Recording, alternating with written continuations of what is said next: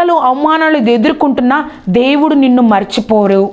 ఒక అవమానంతో ఒక భయంకరమైన ఒక నింద మోపి యోసేపు జైల్లోకి వచ్చాడు కదా. నిందలు అవమానాలు కలుగుతున్నా దేవుడు యోసేపును వదిలిపెట్టల. ఆ 39వ అధ్యాయం 21 నుంచి 22, 23 వచనాలు. యెహోవా యోసేపునకు తోడేయండి, అతని యందు కనికరపడి అతని మీద ఆ చెరసాల యొక్క అధిపతికి కటాక్షము కలుగునట్లు చేసెను. చెరసాల అధిపతి ఆ చెరసాల్లో ఉన్న ఖైదీలు అందరినీ యోసేపు చేతికి అప్పగించి వారు అక్కడ ఏమి చేసిరో అదంతయు అతడే చేయించువాడు.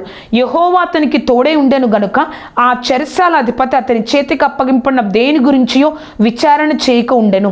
అతడు చేయునది యావత్తు యెహోవా సఫలమగునట్లు చేసెను. చూసారా, అక్కడ అవమానంతో నిందతో వచ్చినా కూడా దేవుడు వదిలిపెట్ల. మరలా ఆ యొక్క జైల్లో కూడా ఒక అధికారిగా అయిపోయాడు. ఆ యొక్క జైలు అధికారి కటాక్షము యోసేపు మీద కలిగింది.